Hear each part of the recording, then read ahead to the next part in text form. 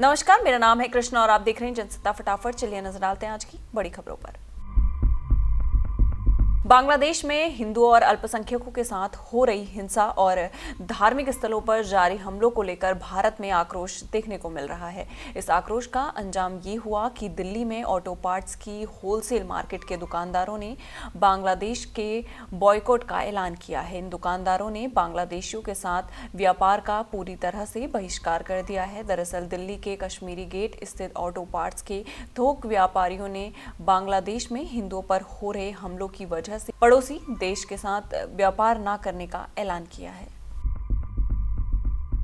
लोकसभा चुनाव 2024 के नतीजों के बाद बीजेपी के लिए अपने गठबंधन एनडीए साथियों के साथ तालमेल बनाए रखना जरूरी है।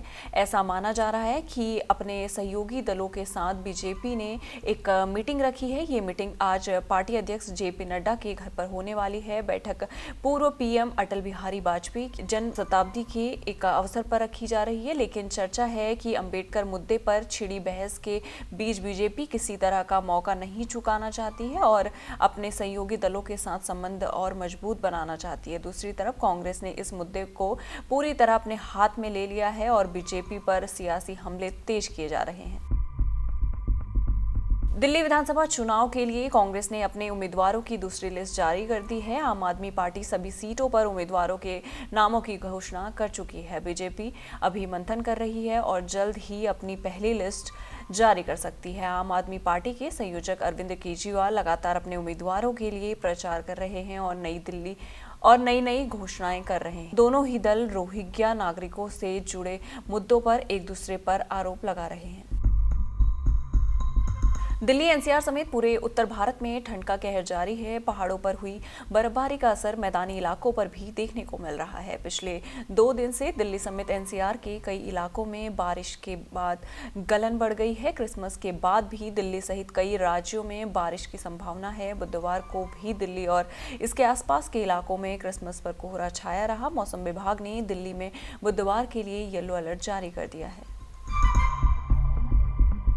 उत्तर प्रदेश के पीलीभीत में एनकाउंटर में मारे गए खालिस्तानी आतंकियों के शव को पंजाब लेकर जा रही एम्बुलेंस का देर रात एक्सीडेंट हो गया।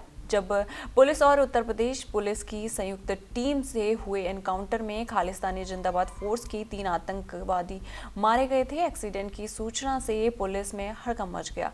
पुलिस अधीक्षक रामपुर विद्यासागर मिश्रा ने बताया कि देर रात पीलीभीत से 3 आतंकियों के शव पंजाब जाते हुए रामपुर बाईपास पर एम्बुलेंस को किसी अज्ञात वाहन ने टक्कर मार दी। मीडिया और राजनीतिक हलकों में इस बात को लेकर जबरदस्त चर्चा है कि बीजेपी का नया राष्ट्रीय अध्यक्ष कौन होगा। इस मामले में तमाम नेताओं के नाम का कयास लगाया जा रहा है। मौजूदा वक्त में बीजेपी संगठन में बूथ, जिला और मंडल अध्यक्षों के चुनाव चल रहे हैं और इसके बाद ही पार्टी को नया राष्ट्रीय अध्यक्ष मिलेगा। माना जा रहा है कि फरवरी में पार्टी अपने नए अध्यक्ष के नाम का ऐलान कर देगी। उत्तर प्रदेश के संभल जिले में मिली 150 साल पुरानी बावड़ी का सर्वे एएसआई की टीम कर रही है। इस दौरान संभल के लाडम सराय इलाके में खुदाई के दौरान प्रशासन को मिले एक पुराने कुएं का निरीक्षण भी किया जा रहा है। जानकारी के मुताबिक एएसआई ने बावड़ी की खुदाई 1 मंजिल तक पूरी कर ली है।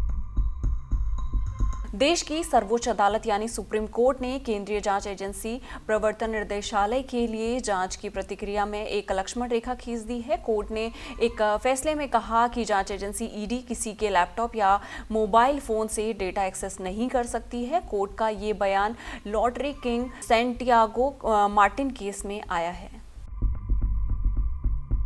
किसानों का विरोध प्रदर्शन जारी है। संयुक्त किसान मोर्चा राजनीतिक ने किसानों के सामने आने वाले मुद्दों और उनके चल रहे आंदोलन पर चर्चा करने के लिए भारत की राष्ट्रपति द्रौपदी मुर्मू से मिलने का समय मांगा है। मंगलवार को एक बैठक के बाद मीडिया को संबोधित करते हुए एसकेएम के एक नेता प्रेम सिंह भंगू ने कहा, हमने एकता के आह्वान को बहुत सकारात्मक रूप से लिया है। एसकेएम की एक समिति ने 21 दिसंबर को पटियाला में एक बैठक सकारात्मक रही। ये निर्णय लिया गया एकता की ये प्रक्रिया जारी रहेगी। दोनों पक्षों की मंशा सकारात्मक है। हम जगजीत सिंह ढिल्लों की स्थिति पर विचार कर रहे हैं और एकता के लिए काम करना जारी रखेंगे। हालांकि ये सिर्फ एक बैठक से नहीं होता है। अनुभवी फिल्म निर्माता श्याम बेनेगल का 23 दिसंबर को निधन हो गया था। 24 दिसंबर को उनका अंतिम संस्कार हुआ, जिसमें परिवार के अलावा उनके साथ काम कर चुके लोग और दोस्त शामिल हुए। मुंबई के शिवाजी पार्क शमशान में राजकीय सम्मान और 3 बंदूकों की सलामी के साथ उन्हें अंतिम विदाई दी गई। महाराष्ट्र के उप मुख्यमंत्री एकनाथ शिंदे और उनके सांसद बेटे द्वारा संचालित श्रीकांत शिंदे फाउंडेशन ने विनोद कांबली की सहायता के लिए कदम आगे बढ़ाया है। मंगलवार रात ठाणे में उप मुख्यमंत्री कार्यालय की ओर से जारी एक आधिकारिक विज्ञप्ति में कहा गया है कि एकनाथ शिंदे के निर्देशन पर उनके विशेष कार्य अधिकारी मंगेश चिवटे ने पूर्व क्रिकेटर की स्वास्थ्य स्थिति के बारे में जानकारी लेने के लिए अस्पताल का दौरा किया। चिवटे ने अस्पताल में मेडिकल स्टाफ से भी संपर्क किया ताकि ये सुनिश्चित किया जा सके कि कांबली को उनके इलाज के दौरान सर्वोत्तम संभव देखभाल मिले। एकनाथ शिंदे के बेटे और कल्याण लोकसभा सांसद श्रीकांत शिंदे ने कांबली के लिए 5 लाख रुपए की वित्तीय सहायता की घोषणा की। इसी तरह की देश दुनिया की खबरों के साथ जुड़े रहने के लिए देखते रहिए हमारे साथ जनसत्ता।